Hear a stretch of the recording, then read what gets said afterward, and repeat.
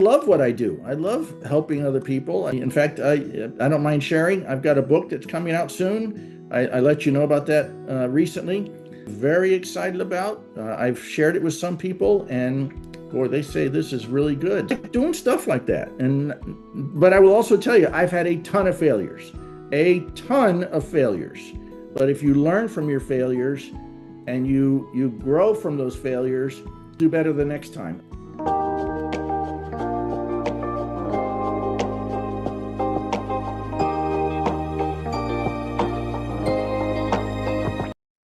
Welcome everyone to another Your Journey episode. We have Terry here today, and he is one of my good friends from Toastmasters. I hope you take away a few things here and there from this story. Your Journey is all about sharing stories about growth, perspective, and self-discovery. Terry, welcome, and thank you for allowing us to share your story. Thank you, Charlene. It's great to be with you. I've always enjoyed knowing you, especially through Toastmasters, but also on a personal level. You have a wonderful family, and I am just thrilled to be on here with you. No, thank you. Well, to start, let's go with our first question. Can you share a little about yourself, what you currently do, and what shaped who you are today? Well, I was born and raised here in Central Florida in a town called Winter Park, Florida. My dad worked for the power company, so we moved around the state as I was a child going through school. And back in the mid 70s, he had an opportunity to move back here to Winter Park, where I currently live. And so my parents took advantage of that. So I went to high school here. The great thing about that was that my first job ever at 16 years old was working at Walt Disney World. That was a great experience. I tell you, I wouldn't necessarily say it would be the same experience today because Disney's gone through a lot of changes. But I'm telling you, as a 16-year-old kid who'd never worked outside of cutting lawns and things like that, it was a great experience. In fact, I was going to be a chemical engineering major at the University of Florida. I got accepted as a chemical engineering major, and I can still remember I was working at Disney one summer on summer vacation. And I said, you know what? I love working here. This is a great place to work. I saw the supervisors, the managers, if you will. I saw that they really seemed to enjoy their job. People were thrilled to be there. Guests were thrilled to be there at the Magic Kingdom. I said, I think I'm going to work here the rest of my life. Which didn't quite work out, but I ended up between high school, college, and after college, I was at Disney for 8 years, and it was a great foundation. Wow. Work ethic for how to think when you're doing a job. I was an opening manager, supervisor at Epcot Center in 1982. It was an honor. That was a very elite class, that special class of us who got to select, handpicked, to be an opening manager at Epcot Center, and that was a great experience also. So then, I don't know how long-winded you want me to be, but in the early 80s, Disney, after they opened Epcot Center, their movie business was in the tank. They were not making any money. They were losing a fortune on their movies, and Disney itself was getting into financial difficulties. So they came to us managers one day and said, sorry, there's no raises this year. And I was like, what? You guys don't pay enough as it is, let alone no raises. So I had a friend up in Connecticut at a private club. He said, come on up here. I'll give you a 50% raise. You get the month of January off. You'll love it. And it was an absolutely horrible experience. Working at a private club versus Walt Disney World in Connecticut. But I spent a year there. From there, I got a job offer in Texas, where I joined up with Chili's. Chili's was a very small company at the time. They only had about 30 restaurants.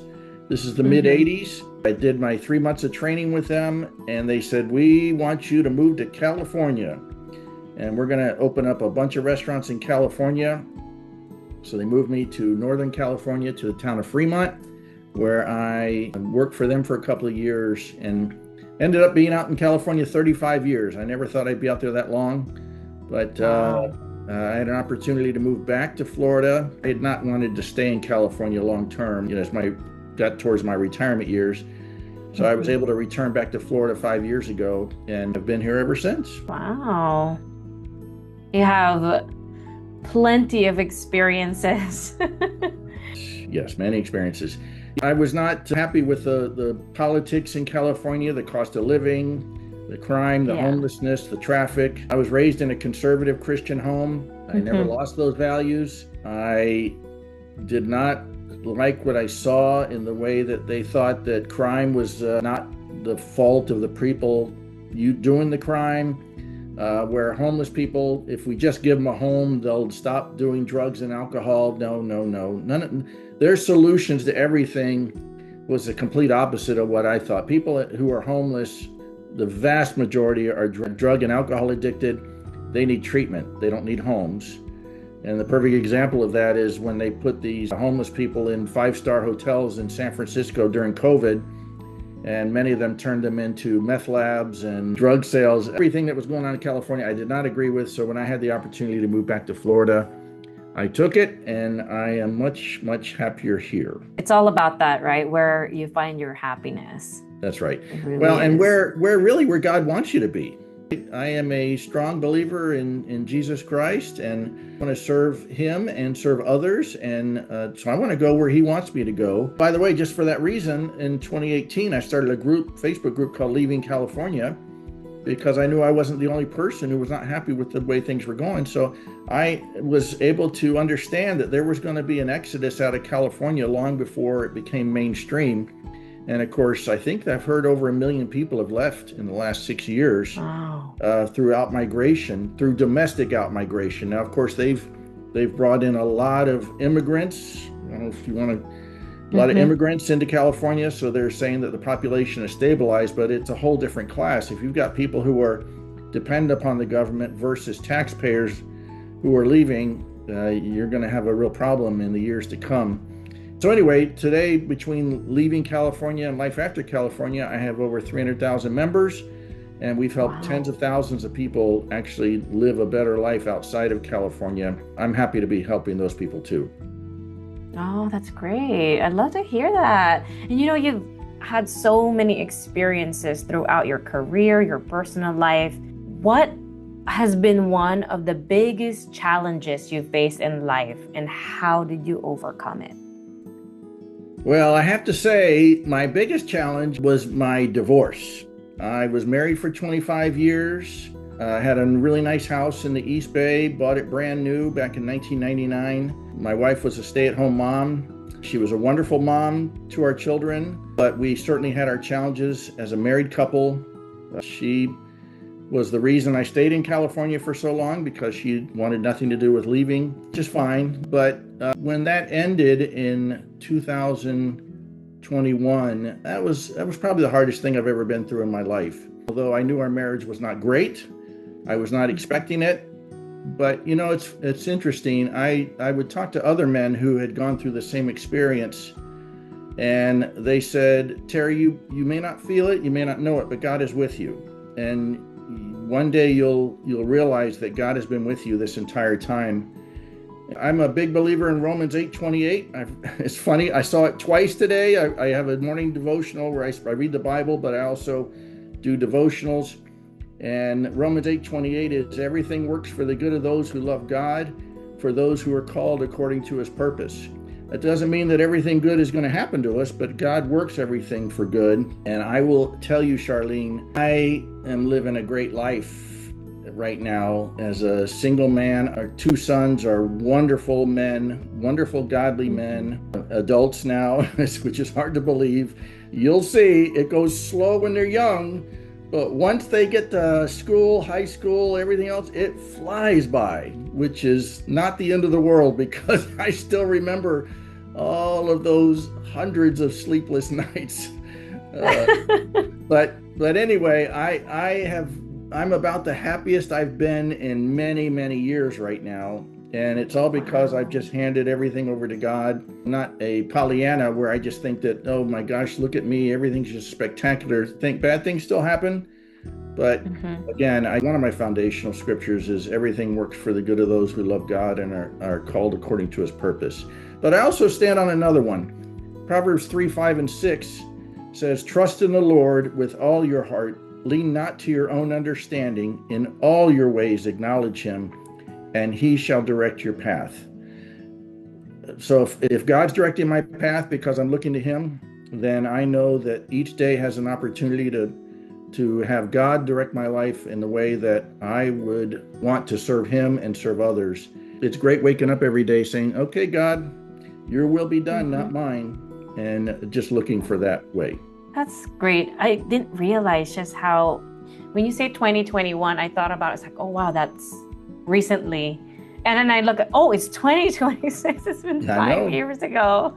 Yep, it but goes still, fast. when you think about the 2021, it feels so recent. Well, John Maxwell has a great saying, closer you get to the end, the faster it goes. And boy, is that true. Oh my God. Boy, is that true. Oh, I love that. That is hilarious. And it's so applicable to what's happening right now. It is. I was just doing my statements recently, and I was like, oh my gosh, it's already April. Weren't we just having Christmas celebrations, holiday celebrations? It's insane how quick it is. I know. All right. Was there a specific turning point or aha moment that changed your perspective or your life path? The first one was probably when I left Disney World in 1984. I was a native Floridian. I had never lived outside of the state. I have several friends that stayed at Disney for 50 years. They were there when I was there in the early 70s, and they stayed through their entire career. They did well. That was probably the big one, was when I decided to leave and moved to Connecticut. Again, it was really not a very good experience at all. I saw what working at a private club was not my thing by any means compared to Disney World, but just the experience, and it really taught me that you don't have to only have good experiences. In fact, it's the bad experiences that really you learn the most from, because you learn what works and what doesn't work. And I would say that was probably the big turning point, was leaving Florida after all of those years, after growing up here. And then, living in California certainly was it had its ups and downs too. It's one of the most beautiful places on earth. It was a great place to live from a beautiful perspective. In fact, my two sons were just out in California last week, snow skiing in mid-March at Kirkwood. There's many places where you can go snow skiing mid-March and still have snow on the ground. But the ocean is beautiful. It's way colder out there in the ocean there than it is here in the Atlantic Ocean in Florida. I did enjoy the beauty of California and the landscapes and everything else that goes with it. That was probably the big thing, was when I left Florida, is probably the biggest thing that. And then I also had this too. In 1992 is when I accepted Jesus Christ as my Lord and Savior. And that changed things dramatically overnight also. I don't mind saying I was living with a girl at the time, and we weren't married. And as soon as I accepted Jesus, I started reading the Bible, and it said, sorry, you don't do that. You don't live with a person before you get married. I'm not judging anybody who does, because I did it. She was not the girl I married, but that changed my life dramatically when I started going to church and Bible study and reading the Bible. It's really, God has made me the person I am today, and I certainly have not arrived by any means, but it is the focus of what I do is, what does God want me to do, and how do I live a life that shows that I am a Christian man in this world where there aren't that many, quite frankly. How's that saying go? If you want to find a group of non-Christians, go to some churches. Because you're not a Christian on Sunday for an hour. You're not. You're a Christian every hour of every day, and that's how I try to live my life. Again, I'm not perfect by any means, and I don't judge anybody. The Bible even tells us not to judge people.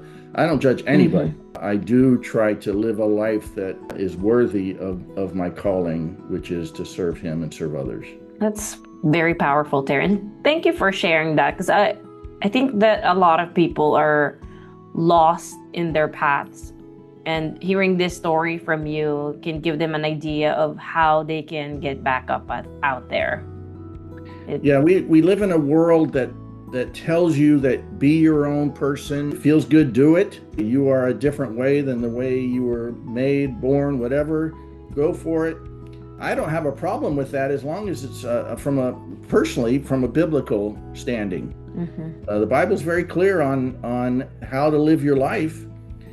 And look, the United States was founded on Judeo-Christian biblical principles. Most of the founding fathers, I don't care what they tell you or what you see, most of the founding fathers were born-again Christians. By the way, do you know where the largest church in the East was for decades, maybe even over 100 years?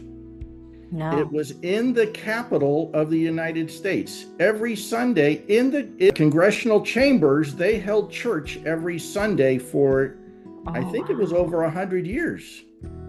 The president would go to church there. Congress people would go to church there.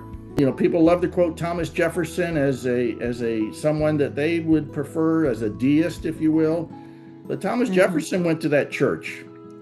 So they were hearing the truth of the Bible and that's why our country was so successful in the beginning. They looked to God to run this country and not to their own intelligence. And I'm just going to get political for a second. You got a governor and a legislature in California that thinks they know better than anybody. And those people are so lost, and they're destroying, in my mind, they're destroying the state. And they want to do the same thing to the rest of the country. And I'll get off my political. I didn't come in here to be political, and I'm sorry. But it really does bother me when people think they know better than God. And I'm sorry, you're going to lose every time. Yeah, that's true. Well, Terry, what accomplishment are you most proud of and why at this point in your life? Well, it has to be my two sons. I have two wonderful sons. My oldest son is now 24. He's an airline pilot for a major airline. At 14, he started going to Civil Air Patrol through that organization. The Civil Air Patrol, I never knew this, is a branch of the Air Force, the U.S. Air Force. And they actually wear Air Force uniforms. So at 14 years old, he's starting to learn discipline. He's starting to learn about flying. He's starting to learn about how to live a better life. At one point, around 14 or 15, he said, I think I want to be an airline pilot. So at 16, he started taking flying lessons. And at 18, he went to college to get an aviation degree, which allows you to become an airline pilot. 2 years after graduating college, he's now flying an airline on a regular basis, and he's a wonderful human being. And he's married to the most wonderful Christian woman, an answer to prayer. She's an answer to prayer. She is an absolute delight. My 21-year-old son lives with me here in Florida. He moved here with me 5 years ago when I moved back to Florida. He has decided that college is not necessarily for him. He went for a little while, but he's working out at Walt Disney World at the golf resort, helping people with their clubs and things like that. He's making darn good money. You know, when it's $250 a round to play golf out there, those people tip pretty good. So he's also just a wonderful man. And I'll tell you, I traveled a lot when they were growing up, but I was very intentional when I was home on weekends to spend a lot of time with them. And, we read to them at night. We kept them away from devices. I know devices are huge now, but we didn't have cable TV until my youngest was 7 years old. So he was in second grade before we ever got cable TV. Before that, it was, it was instructional videos. It was, it was Veggie Tales. It was Baby Mozart. They didn't have phones until they were probably in junior high. But I think if you can raise them with intention and not just hand them a device that's going to try and raise them, they'll turn out a lot better. And of course, we raised them into church. We gave them a strong Christian foundation where we were surrounded by like-minded people who understood that you don't want the world raising your children. You want Christian parents and the Christian community raising your children. And it has worked. And by the way, there's no guarantees that your children are going to come out perfect. Mine certainly aren't perfect, but that they're going to come out well. But you have the best opportunity to have wonderful, adult, productive, hardworking human beings if you raise them in an environment that nurtures that fosters that kind of success as they get older. Yeah, I think that's also one of the key things that are very important to us right now. Picking schools, getting him into different environments. It's very important because I'm also a big believer that energy is contagious. And when you go into a group and those people in that group have a pure, great light energy, you take that with you. And I think that's very important. That's why I agree with everything you just said about making sure you give them that right environment as they grow up, especially right now, because they're like sponges. That's right. You know, when I grew up, Charlene, my dad was home every day for dinner, and we sat around the table and we talked and we communicated. And so we raised our sons in that same kind of environment. And so they can communicate with people. You know, we didn't just turn on the TV and put a meal in front of them and say, let us know when you're ready for bed or something like that. we were involved in their lives, and it gives them a very strong self-confidence and a very strong comfort to know that they were raised in an environment where they were cared for. And I understand that it's very hard, especially in places like California where both sides work, the husband and wife work, and they come home and they're exhausted. You sit in traffic and you commute and all this other stuff. It is an investment. Believe it or not, it does end at some point where you don't have to, where they grow up and you're not in that environment anymore, but it is time and effort very well spent if you instill in them principles and time. Nothing's going to replace time. And I think just if I'm going to say, so I've never been around girls growing up. I'm from a family of 4 boys. Virtually all of my cousins were boys. I had 2 boys growing up. I've never had to raise a girl, but I would just, from what I see out there, I see a lot of fathers who need to be much more involved in their daughters' lives, also instilling those kind of values and kind of time and energy. I think that's missing a lot too, because we just hope the girls grow up, and we let the world raise these girls and not their fathers. So I think that's also very important. Yeah, well, I agree. I mean, I have a little girl. Yeah, well, you've got a wonderful husband who's, I'm sure, involved in her life. He is. He is great. I have been lucky that he's very hands-on. Both of us are. I mean, we support each other. If one is overwhelmed by something, the other one covers, and vice versa. That's great. That's how it should be. That's great. Yeah, and my mom is with us too, so she helps out a lot too. That's great. Next question is, what is something you're passionate about, and how has it influenced your journey? I am passionate about, well, there's 2 things. I'm going to mention 2 things. I'll start with the lesser one first. And I mean this sincerely. I am passionate about what I can do as a Christian man to help turn our country back around. Our country is falling apart. We have multiple sides who are becoming more and more, I don't like the term radicalized necessarily, that might not be the right word, but we are no longer in a situation in our country where people talk and compromise. We are in a situation where, oh, you don't think the way I think? You are the enemy. And that is very dangerous from a stability in our country. I would love to see that change. Now, what's going to change that? I believe is, again, returning to biblical principles, a great awakening, a revival in this country. And I'm sorry, I know there's a lot of people out there that say, oh, come on, keep talking about God. Well, look, I'm sorry, if God is the foundation of my principles, then God is the solution to the problems that are going on in this country. You know, I live life both ways. You know, before I became a Christian, I was a man who was out in the world, and I lived with my girlfriend for years. I drank heavily, all this other stuff. Do you think I was a content and happy man like I am today? No way. No way. By the way, I still work each day. I still have an income, still have bills to pay. It's not like I'm some retiree. This beach in the background is only a facade. It's not real. And by the way, I don't ever want to retire. I want to keep working to help change things in this country. But the Leaving California groups have given me that opportunity because I've been on Fox News talking about it. I've been on Fox Business Network Newsweek has written about the Leaving California groups. But most especially, I've had 2 very long interviews with the Epoch Times on their California Insider channel.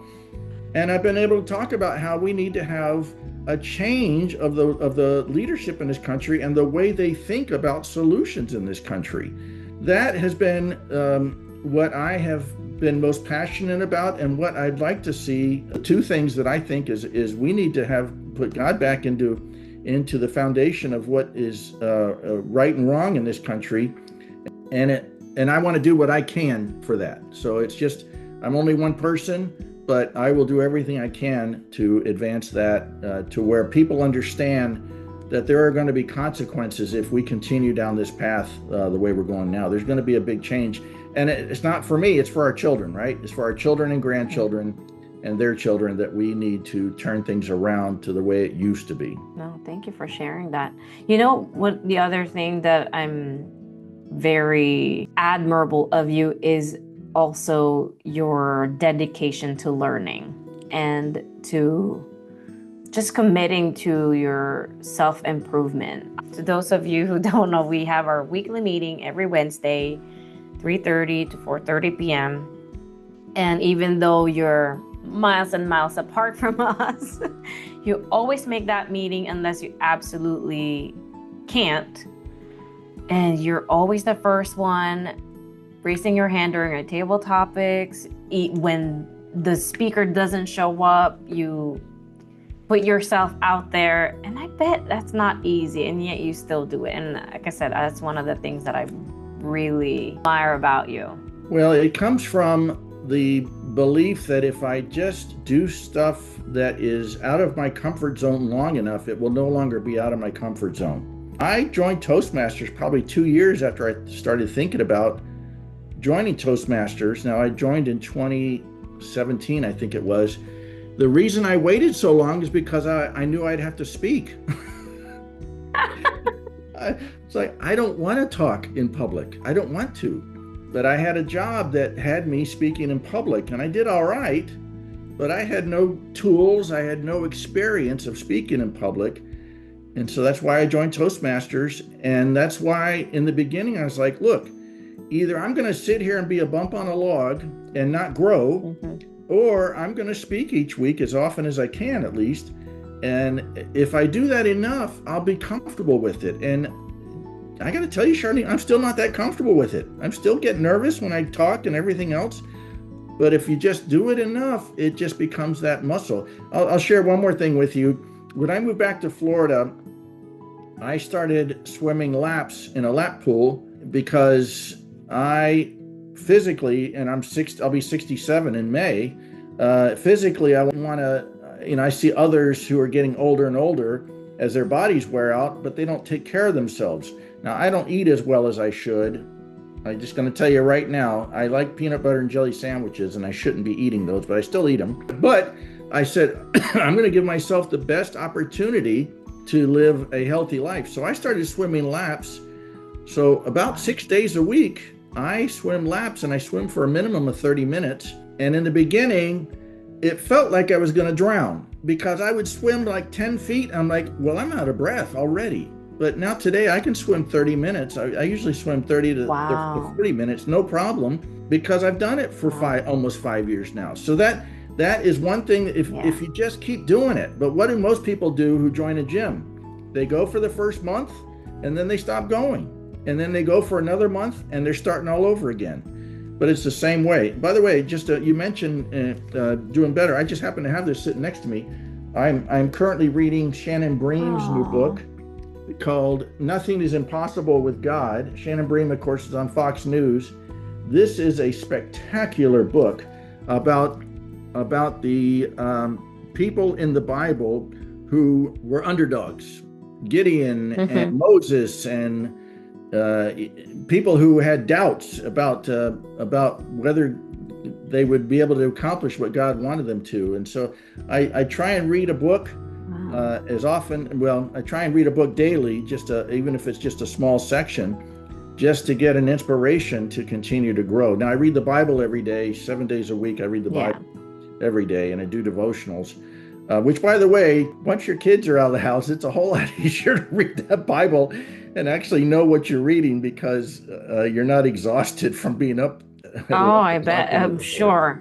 I mean, it's so hard to do simple tasks right now without being disturbed. I know, I feel for you, and I love you have an enthusiasm about you that I know. In some days, you probably underneath are going, man, I can't wait to go to bed. But Absolutely. No, I for sure. But I remember the days. going back to what you said about the book, you were just talking about the book. Is there a quote, a mantra, or belief that you live by? If so, why does it resonate with you? Yeah, that's a great question. So most of my adult life, I've been self-employed. I did work in technology there in the Bay Area, real estate technology for about 9 years, and I did well there. It was very good. But I'll tell you a mantra I heard this decades ago, probably 30, 40 years ago, that as a self-employed person, the saying is, I will do what others won't so I can have what others can't. So I pretty much almost 7 days a week I work. I love what I do. So it's not a grind. It's not like, when I worked in the restaurant business, by the time I got out of the restaurant business, I don't mind sharing this. Now, I wasn't a Christian yet, but every morning I'd wake up, usually a little bit hungover, and the first word out of my mouth was a 4-letter word because I had to get up and go work for the next 12 to 14 hours at a restaurant. That was a pain in the neck.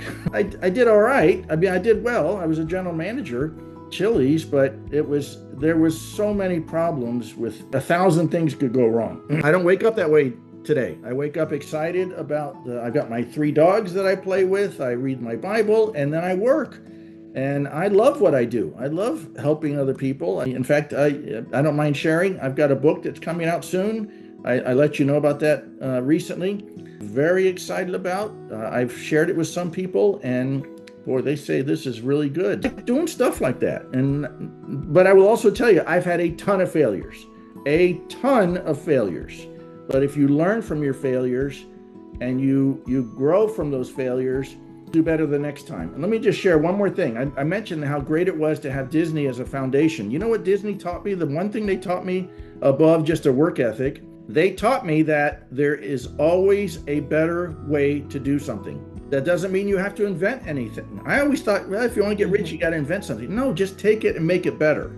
It just, as a young person in my teens and in my early 20s, we would be doing something and Disney would come in and they say, okay, now we're going to adjust this. We're going to change this. And it was like, wow, most times it was a lot better.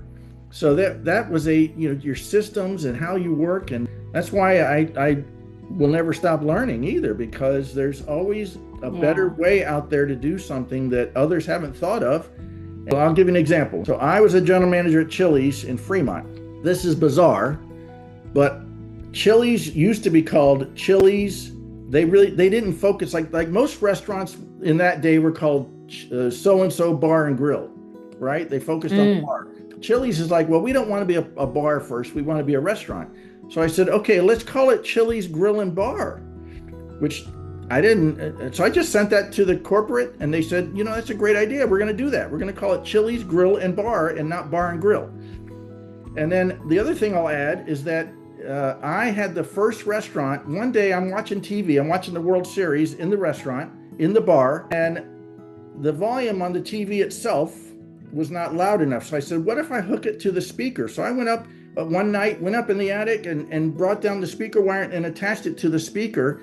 Do you know that every Chili's today, you can listen to a game with the speakers in the bar? Because I did that back in the 80s. And the VP came in one day and he goes, that's a great idea. Why don't we do that in all of our restaurants? So anyway, wow. Because I'm thinking, how can you make it better?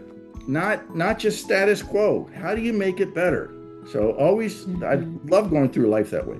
That's awesome. This is actually a good answer to our next question, which is, what advice would you give to someone going through a tough time or chasing their dreams? To me, tough times make tough people. if you understand that all of us, I listened to a great pastor many years ago. He said, you're either in a tough time or you're heading towards a tough time. This is the life that we live. And you don't know when it's going to happen. It may be something dramatic. It may be something mild, like your car breaks down on the freeway, something like that. But if you understand that those are going to happen, and it makes you a stronger person, don't look to be the victim, look to be a stronger person. And again, I have a spiritual foundation. I know not everyone does. Whatever you look to give you strength, look for that strength in times of adversity and trouble, and not to woe is me, look what's happened to me again. We all know a lot of people like that, but it's not the fact that I want to avoid adversity. It's the fact that I want to have a strong enough foundation to where I can get through that adversity, not just tolerate it or complain about it. And by the way, I'm as guilty as anybody. Many years ago, if something bad happened, I would say, well, look, why is this happening to me? Well, I'm not that way anymore. Life is going to happen to us, good or bad, no matter what. As long as we're above ground, it's going to continue. There's going to be bad things that happen. It's just, how do you react to that? And to me, it's a daily thing where I make a decision to either find my way out of that, or what's the next best thing I should be doing to get out of that adversity. Terry, you talk about your Christian life, and that weren't always like this. Of course, there was a process, but if you were to give an advice on how the very first step to do to get in, because it's hard to just automatically be that way or commit to it in the way that you do now, but what's the very first baby step that one can do? Well, I'd pick up a Bible right here next to my desk. In fact, I'll show it to you. Hang on one second. I have a spiritual mentor who led me to Jesus back in 1992, and he's still my spiritual mentor to this day. And he recommended this Bible to me several years ago, and I started reading it. But I would just pick up a Bible, and I would start at either Matthew or John. And even if you're not a Christian, there's still a lot of great life lessons in the Bible about how to live. I mean, the Sermon on the Mount is a great life lesson in how to live life as a better human being, not just a better Christian, but as a better human being. But that's how I would start with a spiritual foundation. It's called the Word, right? In the book of John, it says Jesus is the Word. So that's what I would start with. I think finding a Bible-based church is important. I'm not going to go to one of these churches where they say, oh, God wants you to be rich. God wants you to not have any sickness in your life. But that's not going to happen. So does that mean if you get cancer? I had cancer. Does that mean if you get cancer, you're a bad person? Absolutely not. Yeah.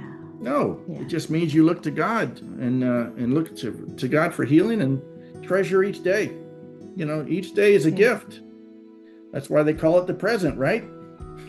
I love that. We've talked about so many things, and it's packed with a lot of wisdom. There's a lot of things, but if you could share just one message with the world, what would that be? Work on yourself. Be the best you can be. Again, don't live a judgmental life. Don't live a life where you are living at the expense of others. And by that, I mean, you're stepping on others and things like that.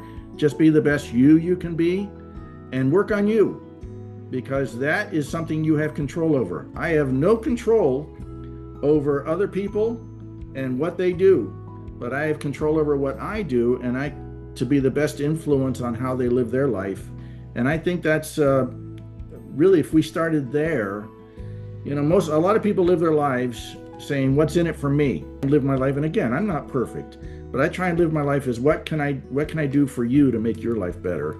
And that's how I try and live my life. And I love the serenity prayer. God, grant me the serenity to accept the things I am very familiar with this. Yeah. The courage to change the things I can, and the wisdom to know the difference. So yes. What did King Solomon ask for when God said, I'll give you anything you want?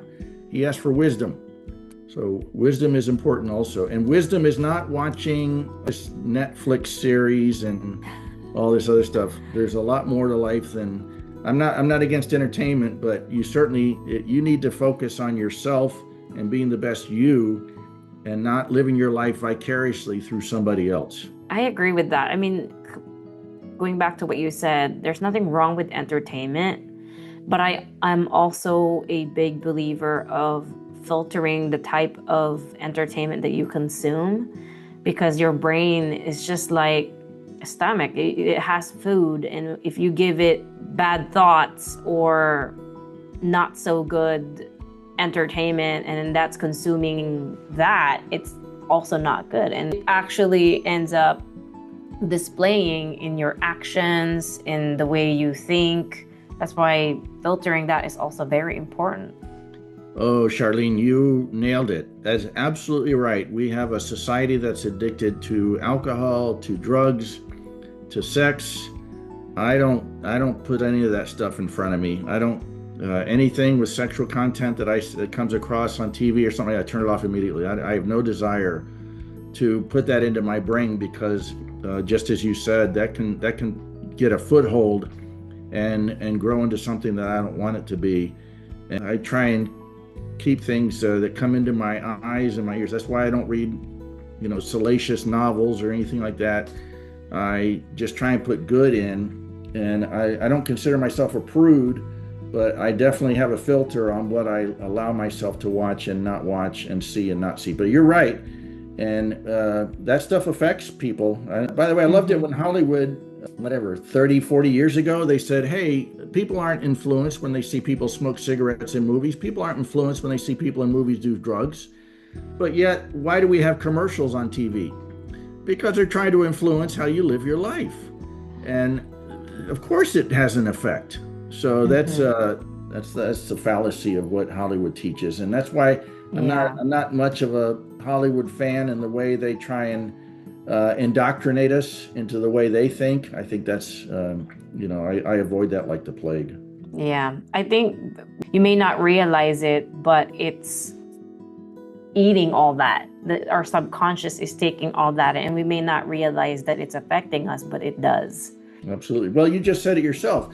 Do you put a bowl full of Snickers in front of your children for dinner? No. Right. Well, why do you do that when you're watching things? You're still taking it in. As you said, it's food. It's food for the soul, right? It's called a disciplined life, but once you've done it for a while, it's not that hard anymore. I'm not going to go to a movie that's rated R, that's got some kind of garbage in it that I don't want to see. I need that. That's one of the reasons why I created this platform, is because in this day and age, you really cannot stop social media anymore. It's a thing. It's what the earlier generations are looking at. It's what they consume daily. This is that way for me to contribute, is to add better content in social media, better things to consume, better messages that go through people's feeds, and at the very least, even though they may not know it's affecting them, but in their subconscious, when someone is telling you, hey, you're remarkable, you're doing great, just sharing all these different growth mindset advices, I think it's important. And the more people that have that type of feed, more, the better. Absolutely. No, I couldn't agree more. And I admire what you're doing, Charlene. It's a great venture. It's a great passion that you have, and I know that if you just keep at it, you'll change people's lives for the better. Thank you, Terry. You're one of the reasons why I started this, right? You were my evaluator in one of my speeches, and you said something about, you have a great message. Why don't you start a YouTube channel, or why don't you start doing this? And at that time, you already created You Are You. But I haven't had the structure to really put it out there. I didn't know yet what to do. And you were one of those few people that really inspired me to do this. So thank you. That's great. Well, I'm glad to be a positive influence in your life. And thank you for allowing us to share your story and being part of our Your Journey series. It's been a pleasure talking with you, and thank you. Thank you, Charlene. I always enjoy seeing you, and it's a pleasure to know you, and I just wish you and your family the best.